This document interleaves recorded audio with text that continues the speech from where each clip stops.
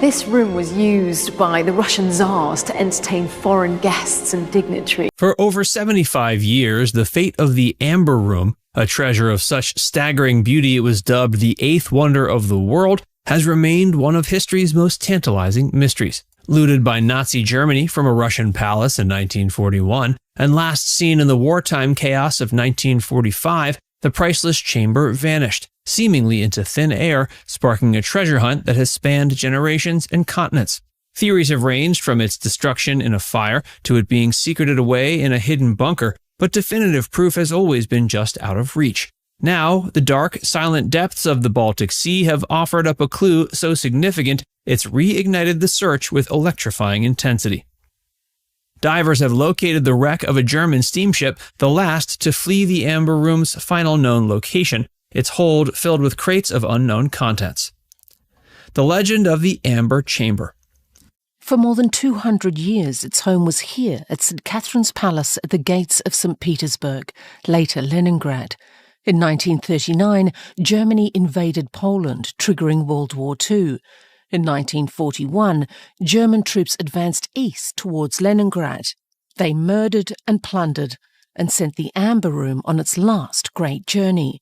Fortune seekers are still searching for the treasure to this day. Before it was a lost treasure, the Amber Room was a breathtaking masterpiece of Baroque art, a chamber that radiated a celestial honey-hued light. Its story began in 1701, not in Russia, but in Prussia. It was originally conceived for Charlottenburg Palace in Berlin, the residence of Frederick, the first king in Prussia, at the behest of his wife Sophia Charlotte. The design was drafted by the German Baroque sculptor Andreas Schluter and brought to life by the Danish amber craftsman Gottfried Wolfram. They, along with other masters from Danzig, labored until 1707 to create a series of magnificent wall panels crafted from over 6 tons of precious amber, intricately carved and backed with shimmering gold leaf and mirrors. The completed panels were initially installed in the Berlin City Palace, where they astounded all who saw them. Among its greatest admirers was the formidable Tsar Peter the Great of Russia. During a state visit in 1716, the Prussian king, Frederick William I, seeking to forge a powerful alliance against Sweden, presented the entire room to Peter as a gift. This single act of diplomacy transferred one of Europe's greatest artistic treasures to the Russian Empire. In Russia, the room found its permanent home in the Catherine Palace at Tsarskoye Selo, the imperial family's summer residence near St. Petersburg. However, the grand halls of the Russian palace dwarfed the chamber's original dimensions. Peter's daughter, Empress Elizabeth, commissioned the Italian architect Francesco Bartolomeo Rastrelli to expand upon the original design. Rastrelli ingeniously integrated the Prussian panels into a much larger space, which ultimately covered more than 55 square meters. He added more amber sourced from the Baltics, gilded carvings, brilliant gemstones, and Florentine mosaics, creating a spectacle of unparalleled opulence. The chamber, now adorned with statues of angels and children and lit by the soft glow of candles reflecting in its countless mirrored surfaces, was a treasure valued in modern terms at anywhere from $142 million to over $500 million. It was, by all accounts, a wonder of the world. Stolen beauty. The splendor of the Amber Room was tragically ephemeral. In June 1941, Nazi Germany launched Operation Barbarossa, the invasion of the Soviet Union. As German soldiers from Army Group North advanced on Leningrad, now St. Petersburg, the curators at the Catherine Palace scrambled to protect Russia's cultural treasures. A plan was made to disassemble and evacuate the Amber Room. However, decades of exposure to heat from candles and the cold of Russian winters had taken their toll. The delicate amber had dried and become exceedingly brittle, making any attempt to remove the panels without them crumbling to dust a near impossibility. In a desperate last-ditch effort, the curators concealed the chamber behind a facade of mundane wallpaper, hoping the advancing German forces would overlook the fabled room. The attempt was futile. The Amber Room was too famous, its legend too well known. German soldiers, under the direct supervision of 2 experts, knew exactly what they were looking for. They meticulously dismantled the entire chamber in a mere 36 hours.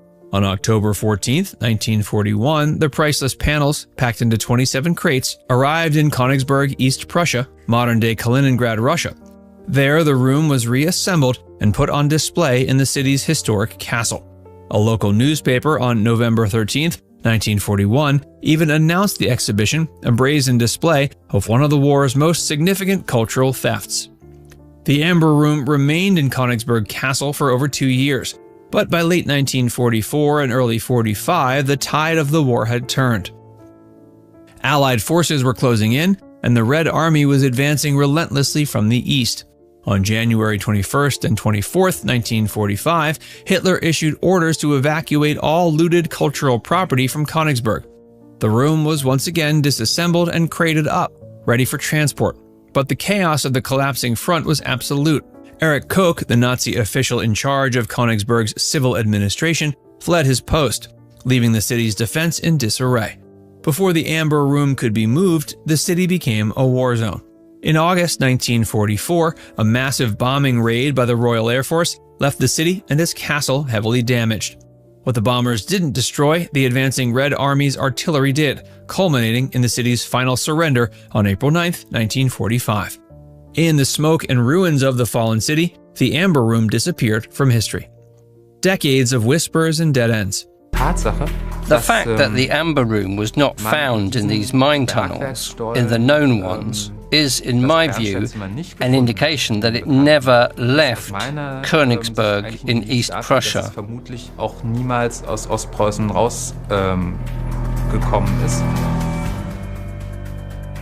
In the aftermath of World War II, the search began. It became a modern-day quest for the Holy Grail.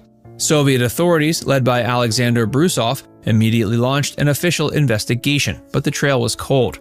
One of the most prominent theories was the crates had been destroyed in the fires that consumed Königsberg Castle during the final days of the battle. Yet other rumors persisted, suggesting a far more complex fate. Some eyewitnesses claimed to have seen crates being loaded onto the MV Wilhelm Gustloff, a German military transport ship that was sunk by a Soviet submarine in January 1945 while evacuating personnel and cargo from the region. This led to decades of speculation that the treasure lay at the bottom of the Baltic Sea. Others whispered of a cover-up. A variation of the destruction theory, popular among some Kaliningrad residents, suggested the Red Army had found the room intact in the castle cellars, but that its existence was suppressed, so the blame for its loss could be laid squarely on the Nazis. A final chance sunk to the seabed. For decades, the mystery surrounding the Amber Room remained just that. Then, in September 2020, a team of Polish divers from the Baltic Tech Group made a groundbreaking discovery. After more than a year of meticulously cross-referencing reports from fishermen about snagged nets with Soviet military records detailing aerial attacks, they uncovered something remarkable on the ocean floor of the Baltic Sea. At a depth of 290 feet, northwest of Utska, lay the exceptionally preserved wreck of the German steamship the SS Karlsruhe. But this was no ordinary shipwreck. The Karlsruhe was the last German vessel to depart from Königsberg, setting sail on April 12, 1945. It played a crucial role in Operation Hannibal, the massive evacuation of civilians from East Prussia. On board were over 1,000 refugees and 300 tons of cargo. The ship's journey was cut short the following morning when it was struck by a torpedo from a Soviet warplane. Only 113 people survived. Documentation strongly suggested the Amber Room had been hastily crated and transported to Königsberg's docks as the Red Army closed in. The Karlsruhe was the last chance for the Germans to escape with this fabled treasure. Initial sonar scans and diving missions revealed the shipwreck in remarkably good condition. The evidence seemed compelling: the right ship departing from the right port at the right moment, laden with mysterious cargo. But with hundreds of tons of cargo resting in the deep, treacherous waters, the complete story of the Karlsruhe's fateful voyage remains shrouded in secrecy. The wreck stands as a time capsule, with many believing the most precious secrets still lie hidden. As hope for unearthing the original Amber Room has been reignited, Russia has already embarked on its own ambitious project. In 2003, the new Amber Room, a breathtaking replica glowing with 350 shades of amber, was unveiled at the Catherine Palace, showcasing enduring artistry and mystery that continues to enchant the world. Now it's time to hear from you. Do you think they'll find the Amber Room at the bottom of the Baltic? Let us know in the comments section below.